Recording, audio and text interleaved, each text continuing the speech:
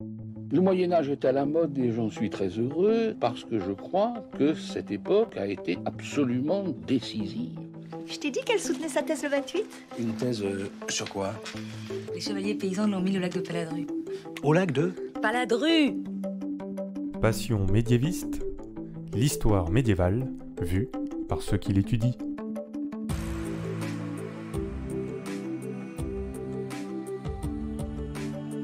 Est-ce que vous savez tout du Moyen-Âge?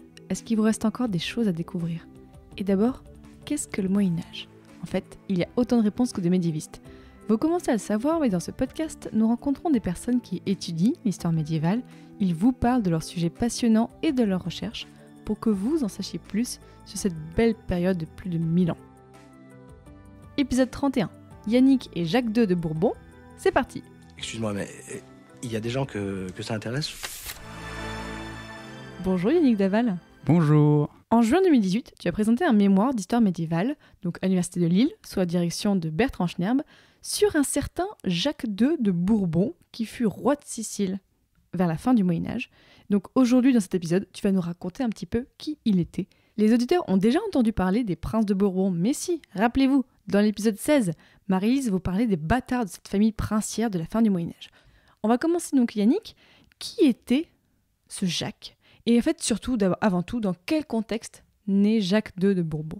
Alors, Jacques II de Bourbon, c'est un prince du sang. Donc, comme on l'avait vu déjà avec Marie-Lise, eh bien, les princes du sang, ce sont en fait des membres de la famille royale. Dans le cas de Jacques II de Bourbon, et plus généralement de ceux qu'on appelle les Bourbons de la Marche, ils sont une branche cadette des ducs de Bourbon, et donc, comme eux, remontent jusqu'à Saint-Louis, et plus précisément un des fils de Saint-Louis, Robert de Clermont.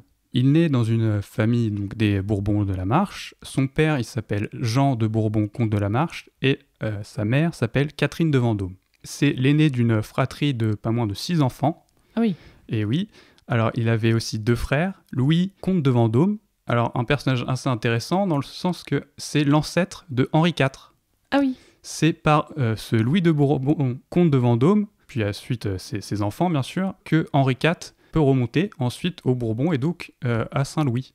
D'accord. Ensuite, on a un autre frère qui s'appelle Jean, seigneur de Carency. C'est un petit prince qui est positionné dans l'Artois. Et ensuite, il a 3 sœurs. Alors, l'aînée s'appelle Anne, ensuite Charlotte, et la petite dernière s'appelle Marie. Le contexte de la naissance de Jacques II de Bourbon.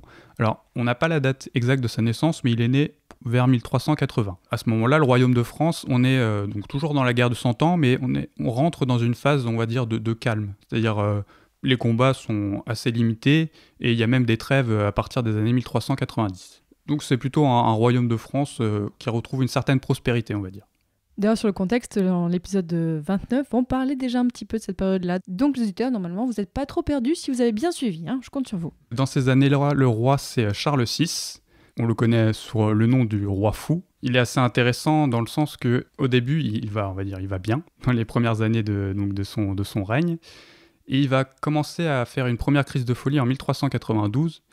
Et au début, en fait, sa folie, on va dire, elle est légère. Et en fait, cette folie, par contre, elle va s'accentuer.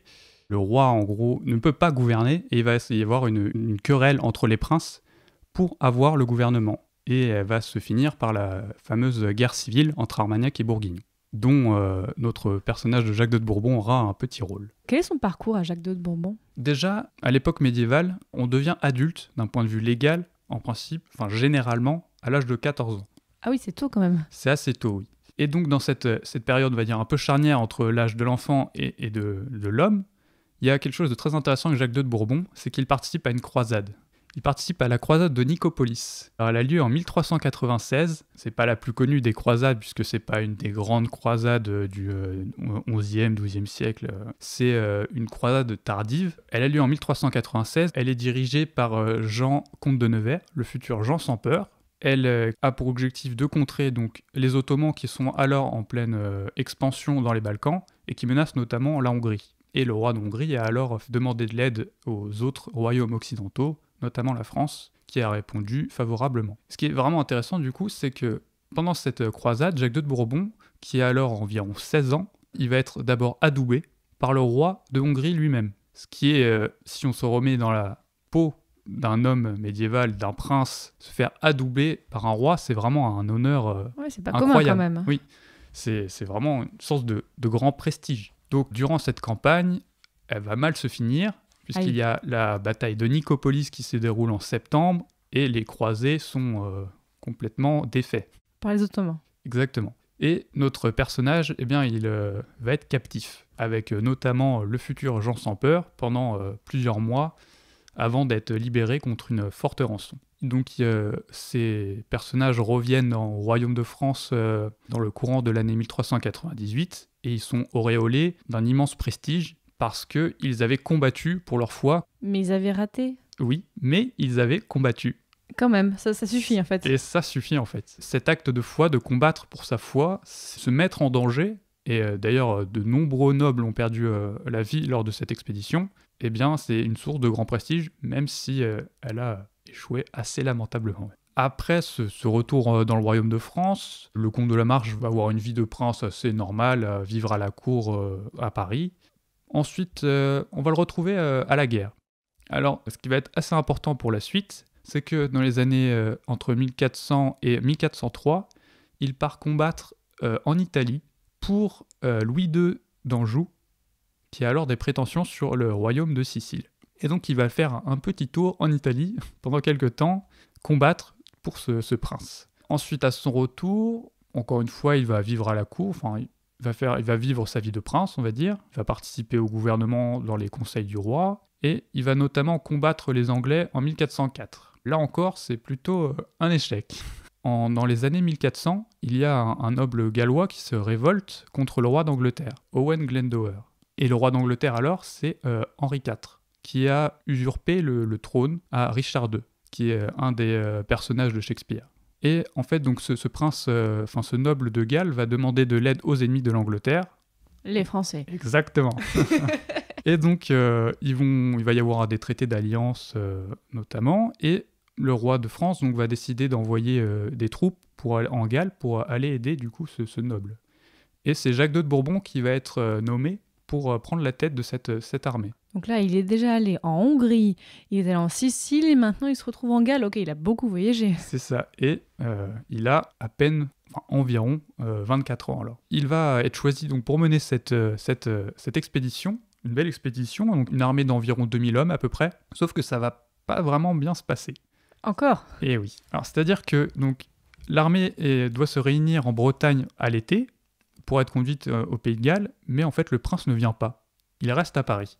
Il boude. On ne sait pas exactement ce qui s'est passé. Alors, on a une source, c'est le religieux de Saint-Denis, qui est un chroniqueur, qui nous rapporte comme quoi le prince est resté à Paris pour jouir de la vie. Jouer au jeu, par exemple, faire la fête. Moi, je ne suis pas tout à fait sûr de ça. Pourquoi ? En fait, le problème, c'est que la seule source qu'on ait pour expliquer donc l'absence du comte de la Marche, c'est le religieux de Saint-Denis qui dit simplement, avec des termes assez durs, que le prince préfère rester à Paris pour faire la fête. Je pense, moi, plutôt qu'en fait, en avril 1404, le duc de Bourgogne, Philippe le Hardi, est mort. C'est Jean sans peur qui va devenir duc de Bourgogne. Et donc, l'expédition, comme je disais, elle est programmée pour l'été. Et en fait, je pense que Jacques II de Bourbon a pris du retard, parce qu'il y est quand même allé en novembre, mais a pris du retard pour en fait aider le duc de Bourgogne. Parce que pour le duc de Bourgogne, c'est pas du tout dans les intérêts de combattre les Anglais, parce que à cause de ses possessions en Flandre, il avait des relations économiques assez importantes avec l'Angleterre. En fait, c'est qu'une théorie, j'ai aucune source qui me permette de l'affirmer. C'est seulement une théorie que j'ai moi, parce que j'arrive pas à comprendre, pour un prince qui a combattu, qu'on voit combattre depuis le début, que d'un coup, il n'y aille pas, alors que la quête de la gloire des armes, c'est ce qu'on voit de lui depuis le début. Et d'un coup, il s'y refuse. Il y a quelque chose qui cloche.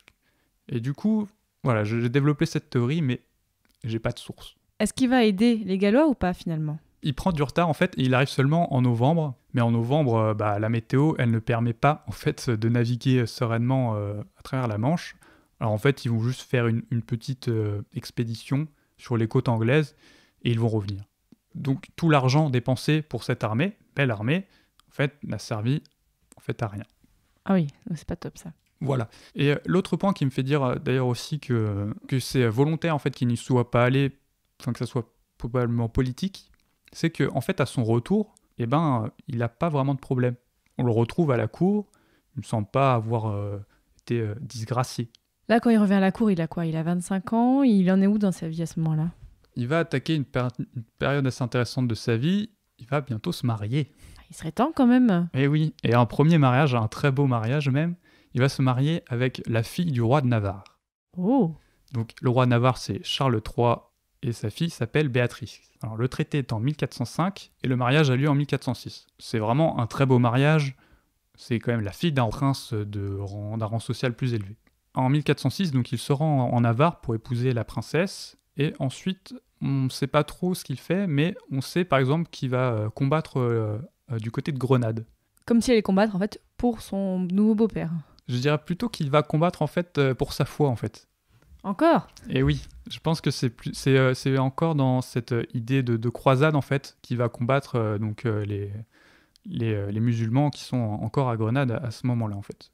Et en fait, il va revenir dans le royaume de France en 1408. Alors en 1408, ça commence à barder entre les princes en fait. Alors en 1407, Jean sans peur fait assassiner plutôt Louis d'Orléans. À partir de là, ça va aller de mal en pire. Et du coup, Charles III de Navarre et Jacques II de Bourbon reviennent sur Paris pour aider à régler du coup les affaires du royaume qui vont mal. Jacques II de Bourbon va avoir un rôle assez intéressant pendant ce conflit entre les princes, c'est qu'il va servir à plusieurs reprises de relais en fait, pour apaiser la situation.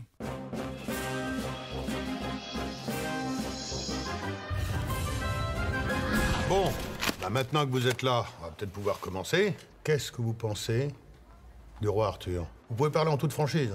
Pour faire court, vous êtes ici chez les salopards, hein? C'est admis. On n'a pas des idées bien jojo et on n'a pas peur de le dire. On fomente, on renégate, on laisse libre cours à notre fantaisie. Je sais pas, moi. Qu'est-ce que vous en pensez, vous? Eh ben, pour nous autres, en Orcanie, le roi Arthur, c'est un joyeux glandu. Lui, sa fédération, son Graal, sans parler de sa dame du lac que personne ne voit jamais, non, pour nous, c'est un pain-zizi. Voilà.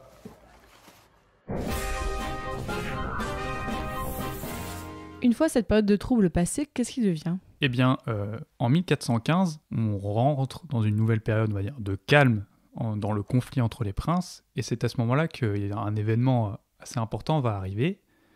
Une nouvelle vient d'Italie, c'est que la reine de Sicile, Jeanne II, cherche à se marier. Ah.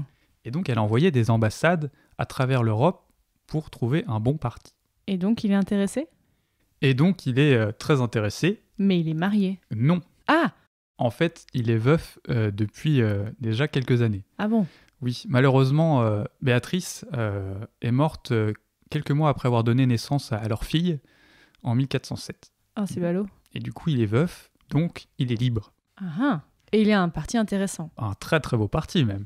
En 1415, du coup, il répond favorablement à cette ambassade. Mais il était le seul à être le seul candidat ou il y avait d'autres candidats possibles? Alors non, il y avait plusieurs candidats. Alors il y avait un prince d'Aragon qui était en bonne voie même pour être le nouveau mari. Il y avait aussi un prince anglais. Enfin, à peu près toutes les familles grandes familles princières des royaumes d'Occident ont répondu en tout cas. Et pourquoi c'est lui qui a été choisi? Il a été choisi probablement parce qu'il avait des liens avec l'Italie déjà, puisqu'il avait combattu en Sicile pour le duc d'Anjou. Je pense que c'est sûrement l'un des éléments les plus importants du choix à ce moment-là. C'est-à-dire qu'il était connu en fait de la noblesse italienne du royaume de Sicile. L'autre chose qui était intéressante aussi pour la reine et les nobles italiens, c'est que c'est un petit prince. C'est-à-dire qu'il n'a pas les moyens d'avoir de grandes ambitions et donc il est malléable en fait entre les mains de la reine ou des nobles. Il ne représente pas en fait une menace pour eux, puisqu'il n'a pas vraiment de puissance. Il n'a pas assez de ressources financières, par exemple, pour être une véritable menace. Donc il épouse la reine de Sicile et il devient roi de Sicile. Alors c'est un petit peu plus compliqué.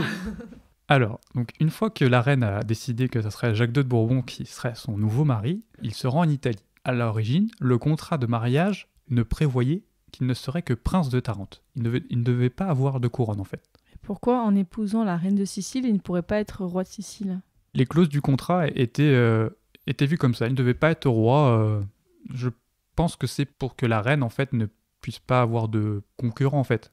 C'est toujours un peu dans cette vision d'avoir un prince faible, un mari faible en fait, pour qu'elle puisse continuer à gouverner. Donc il arrive en Italie, et en Italie en fait il va rencontrer des nobles qui se sont élevés contre la reine. La reine à ce moment-là, elle n'est pas très bien vue par une partie de la noblesse parce qu'elle a laissé le gouvernement à un favori, mais que peu de monde aime. Et donc en fait cette noblesse va mettre sur le trône Jacques II de Bourbon. Donc ils arrivent finalement à Naples, ils vont se marier, et ils vont écarter donc ce favori qui s'appelle Pandolfo Alopo. Ils vont même l'exécuter. Ah ouais, carrément. Et une fois que le terrain est dégagé, eh bien en fait, par un nouveau traité, la reine accorde les pouvoirs et la royauté à Jacques II de Bourbon. Donc là, ça y est, il est roi de Sicile. Ça y est, il devient roi de Sicile, et même plus que roi de Sicile avec la titulature. Et comment se passe son règne comme roi de Sicile?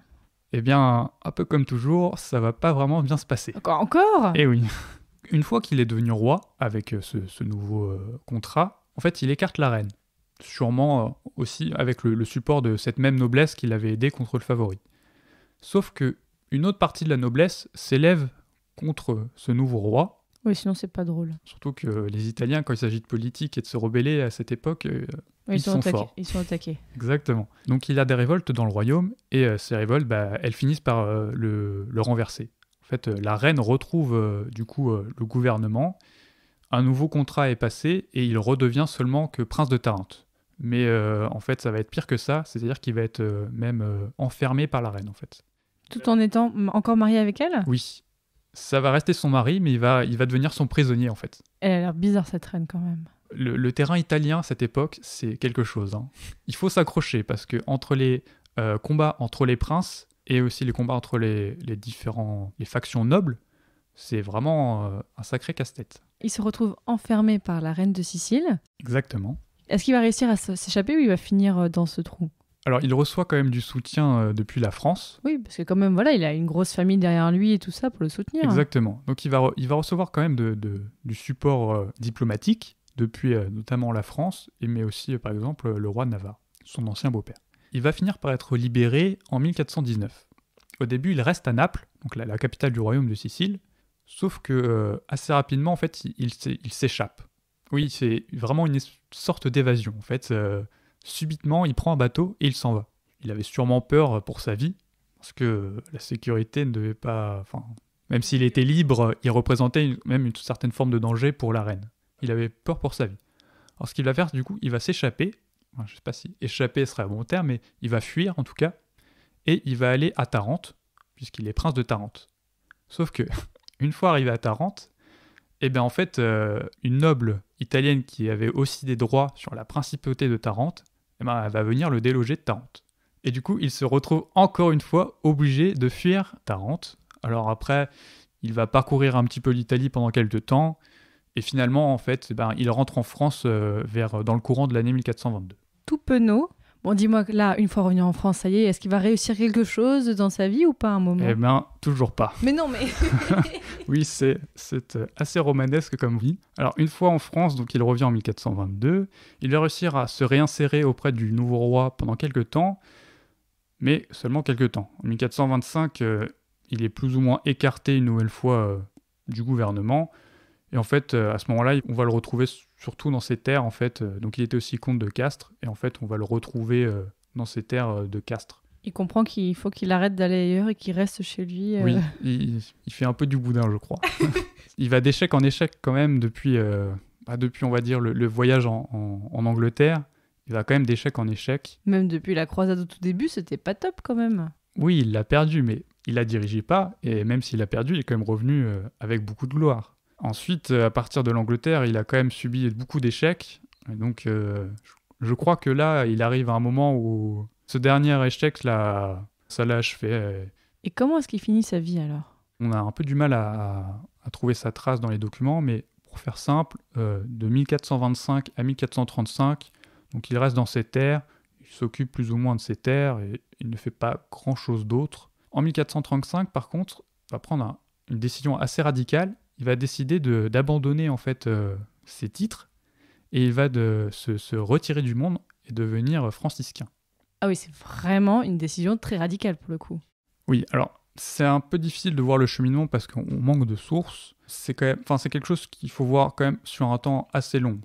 C'était quand même un prince aîné d'une famille et tout, et il se retrouve à être prêtre. Normalement, c'est plutôt les cadets dans les familles qui sont prêtres. Il ne devient pas prêtre, Ah. en fait. Alors, on ne sait pas exactement ce qu'il devient. Alors, il devient franciscain, mais on ne sait pas s'il rentre dans l'ordre franciscain, donc c'est-à-dire qu'il devient religieux franciscain, ou s'il rentre dans le tiers-ordre franciscain. L'ordre franciscain, il prête des vœux, en fait, pour devenir religieux, alors que le tiers-ordre franciscain, en fait, il reste laïque. Il y a une différence. Alors, on ne sait pas exactement dans lequel il rentre. J'aurais plutôt tendance à penser qu'il finit quand même franciscain, donc à prêter les vœux. Et il est où? La personne qui est vraiment importante dans cette fin de vie, puisqu'il meurt quand même en 1438, donc quelques temps après cette décision, c'est Colette de Corbie. C'est vraiment un nom qu'il faut retenir avec ce personnage, c'est bien elle, c'est Colette de Corbie. Cette femme va réformer les Clarisses. Les Clarisses, c'est l'ordre féminin des franciscains. Et donc elle va se rapprocher de Jacques de Bourbon dans les années 1420-1430, on ne sait pas trop exactement, et c'est elle qui va en fait avoir une grande influence sur Jacques de Bourbon pour qu'au final, ils prennent donc cette décision de tout quitter pour devenir franciscain ou rentrer au moins dans le tiers-ordre franciscain. Et il finit par mourir donc dans cet ordre. Exactement, donc en 1438, il finit par mourir, à ce moment-là il est à Besançon, il finit sa vie donc dans cet ordre franciscain ou dans le tiers-ordre franciscain. Pax vobiscum et cum spiritu tuo. Je m'honore de vous accueillir, vous et vos frères franciscains, dans notre abbaye. Je suppose que vous devez être très fatigué après votre long voyage. Non, pas particulièrement. Alors vous n'avez besoin de rien? Non, merci. Eh bien, il ne me reste qu'à vous souhaiter la paix. Tu viens donc de nous raconter toute la vie de ce Jacques de Bourbon, qui est, on peut le dire, c'est un petit peu un boulet. Je suis désolée, mais c'est un peu un boulet quand même. C'est quand même pas très gentil. Non, mais objectivement, bon, désolée, là, c'est Super Joute Royale qui m'influence de parler comme ça des personnages du Moyen-Âge. Mais pourquoi tu as voulu l'étudier lui en particulier? Alors, à l'origine, je voulais étudier les contes d'Auxerre. J'avais un intérêt, en tout cas, dès le début, pour la noblesse. En fait, quand je suis allé voir à la fin de la licence pour le master, mon directeur de recherche, Bertrand Schnerb, il proposait aussi différents sujets. Du coup, j'ai étudié les sujets, et parmi ces sujets, il y avait Jacques II de Bourbon. Je ne connaissais absolument pas. Donc j'ai fait, après que mon professeur m'ait raconté rapidement sa vie, fait aussi une petite recherche. En fait, je me suis rendu compte qu'il y avait un énorme potentiel sur ce personnage, et du coup, je l'ai choisi. Mais pourquoi un potentiel, il n'a pas été beaucoup étudié? Exactement, en fait, il y a presque rien en fait sur ce personnage. Il y a un seul ouvrage qui date de 1890, qui a été écrit sur lui, et même cet ouvrage, il est dépassé en fait. C'est un ouvrage qui raconte vraiment sa vie que d'un œil événementiel, et qui s'intéresse beaucoup à lui par rapport à Colette de Corbie. Donc au final, il n'y a vraiment pas grand-chose sur lui, quoi. Donc dans ton mémoire, et par rapport à tout ce que tu viens de nous raconter, qu'est-ce que tu as apporté de nouveau? Alors des choses nouvelles, il y en a vraiment beaucoup. J'ai dû, dans ce travail, faire un travail vraiment de rassemblement. Il a fallu chercher des sources, puisqu'il n'y avait vraiment rien à ce moment-là sur lui. Il a fallu rassembler des sources, et il a fallu aussi aller chercher des informations qui étaient éparpillées un peu partout. Parce qu'en fait, ce personnage, il n'est pas très important, mais on le retrouve quand même beaucoup. C'est-à-dire, à travers des petites mentions dans des tas d'ouvrages, on a des petites informations, et donc une grosse partie du travail, en plus des sources, c'est aussi de rassembler ces informations pour construire mon mémoire et ma réflexion. Alors, dans les choses que j'ai découvertes qui sont très intéressantes, il y a d'abord sa date de naissance, parce qu'au début, tout le monde pensait qu'il était né vers 1370, à cause en fait d'un généalogiste, Anselme, qui est assez connu, et en fait qui avait donné, pas sa date de naissance, mais son âge de mort. Ce généalogiste avait dit que Jacques II de Bourbon était mort à l'âge de 68 ans. Du coup, si on a son âge à sa mort en 1438, tout le monde a fait le rapprochement avec sa naissance, donc 1370. Mais en fait, quand on travaille sur les sources, en fait, on se rend compte qu'il n'est pas du tout né en 1370, il est né vers 1380. Il y a bien 10 ans de différence, quoi. Une belle différence. Donc c'est déjà un premier point que j'ai découvert qui est assez intéressant, puisque comme j'avais dit, ça, par rapport à, par exemple à la croisade de Nicopolis, ça change quand même beaucoup le regard qu'on a sur cet événement pour lui. Oui, il était beaucoup plus jeune que ce qu'on pensait alors. C'est ça. Dans les autres choses que j'ai découvertes sur lui, une des plus intéressantes aussi, ça a été de remettre en avant le lien qu'il avait avec une famille princière en particulier, c'est celle des ducs de Berry, de Jean de Berry et ensuite de ses filles. En fait, jusque-là, on voyait surtout Jacques II de Bourbon par rapport à sa relation avec les ducs de Bourgogne, et bien qu'ils ont été très importants, en fait, le duc de Berry a eu au moins autant d'importance dans sa carrière que les ducs de Bourgogne. Et pour un dernier exemple, jusqu'à maintenant, on voyait Jacques II de Bourbon surtout pour sa piété par rapport à Colette de Corbie. En fait, sa piété, elle est plus variée que ça. Il a fait, par exemple, des fondations dans la cathédrale d'Albi. Il a fait aussi des fondations dans un monastère du comté de la Marche. Il avait encore aussi une piété assez particulière et forte pour un saint, c'est saint Antoine.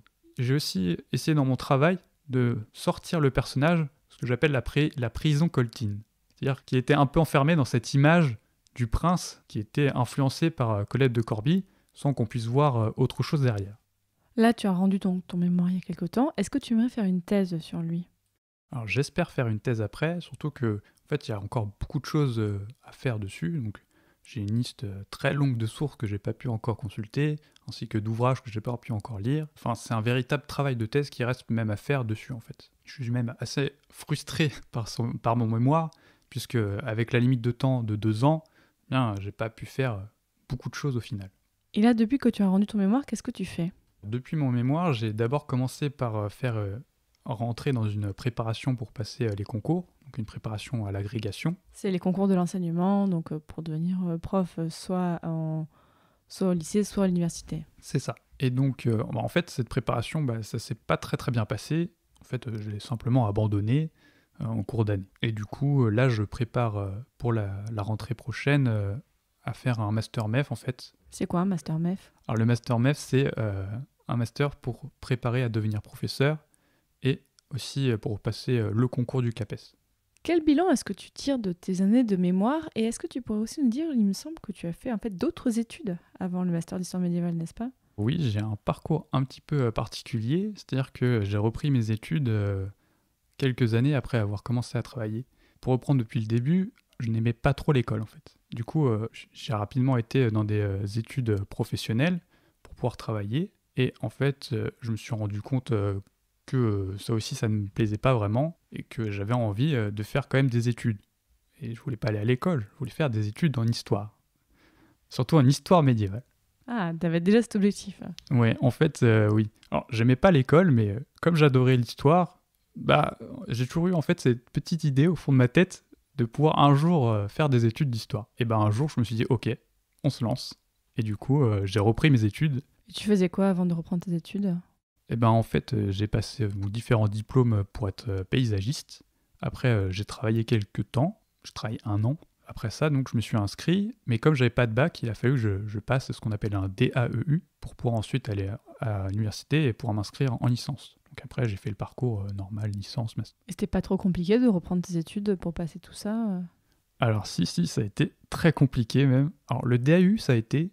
Par contre, la licence, c'était un peu plus compliqué. D'abord, il y a le fait qu'il faut réapprendre en fait tout ce qui est méthodologie, ce qui est quand même assez compliqué. En fait, j'avais pas fait d'histoire avant le DAU, j'en avais pas fait depuis la 3e. En termes de connaissances, en fait, il te manquait des choses. C'est même. Ça, il a fallu que je réapprenne tout presque. Parce qu'en DAU, bon, on apprend les bases, mais c'est vraiment des bases, quoi. Donc, quand je suis arrivé en licence, il a vraiment fallu tout réapprendre. Ce qui a été assez compliqué au début, c'est la méthodologie. Ce qui était aussi un petit peu compliqué en licence, c'est que à ce moment-là, j'avais 25 ans et que tous les élèves, ils ont environ 18 ans. C'est pas toujours facile aussi de côtoyer des gens aussi jeunes, quoi. Même en termes de rythme de vie, j'imagine que c'est pas facile, quoi. Il y a un temps d'adaptation, en fait. C'est surtout en licence 2 que ça commence à aller. Il faut dire que à l'université, on va dire les moins matures ont tendance à partir assez rapidement. Donc après, entre l'adaptation et le fait que ceux qui restent soient ceux qui sont les plus matures, on arrive après à s'intégrer, quoi. Donc tu as réussi à aller jusqu'après au mémoire et au master. C'est ça. Du coup, alors la première année de licence a été assez compliqué, le temps d'apprendre vraiment tout ce qui est méthodologie, etc. D'ailleurs, j'ai pris quand même quelques très mauvaises notes, hein. Mais une fois que le travail a été fait pour justement reprendre cette méthodologie, tout a été très bien. Donc toi, tu prouves bien que dans ton parcours, même si on est à la base pas prédestiné à faire des masters, à faire des études d'histoire médiévale, on peut y arriver quand même. Ce qui m'a motivé, ce qui m'a aidé à tenir, c'est vraiment été ma passion ma passion même pour l'histoire médiévale. J'ai vraiment une addiction même à cette période.